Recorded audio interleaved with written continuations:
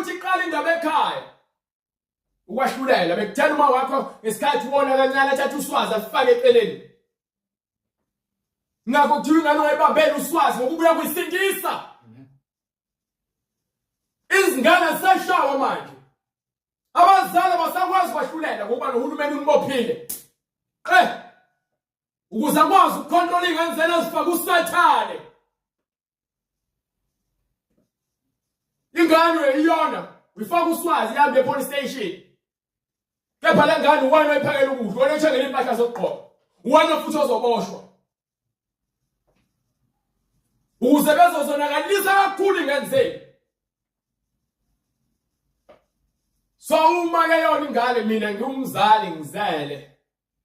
ngishaya ingane phela ngibulala ngixhaphaza futhi ngiyayikhuza ukuthi ngone akukhulumi ngabazali abangaphilile emakhaya abaxhaphaza izingane